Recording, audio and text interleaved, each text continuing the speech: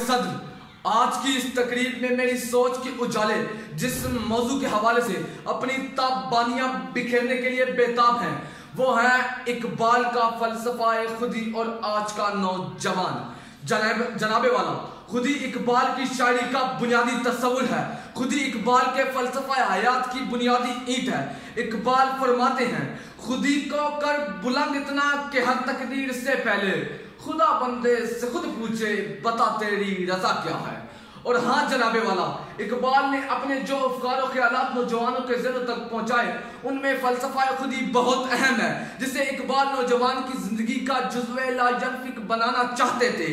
ये फलसफा ज़बानी जमा खर्च नहीं बल्कि हकीकी अमल का मुतकाज़ी है। और आज मुझे ये बड़े अफसोस के साथ कहना पड़ रहा है कि इकबाल तेरे देश का क्या हाल सुनाऊं, मर की सिलों से कोई बेजार नहीं है, रहने को हरम में कोई तैयार नहीं है, कहने को हर एक शख्स मुसलमान है लेकिन देखो कहीं नाम को किरदार नहीं है।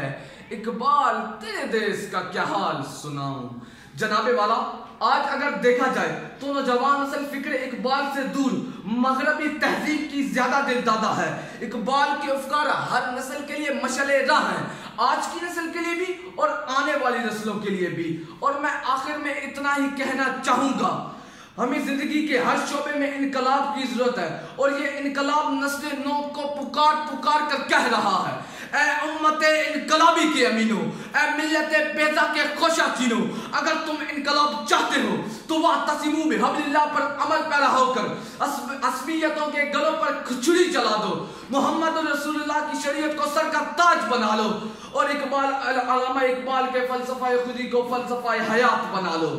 वगरना तुम्हारी किश्त मिल्लत में बुए खार बोता है, तुम्हें तकसीम करता है कबीलों और जबानों में कि वहशत और दहशत नाचती है रोज सड़कों पर, तरफ बाकी रही ना आज मोमिन की अजानों में। खुदा ना होश में आओ मेरे अहले वतन, वरना तुम्हारी दास्तान तक भी न होगी दास्तानों में। शुक्रिया।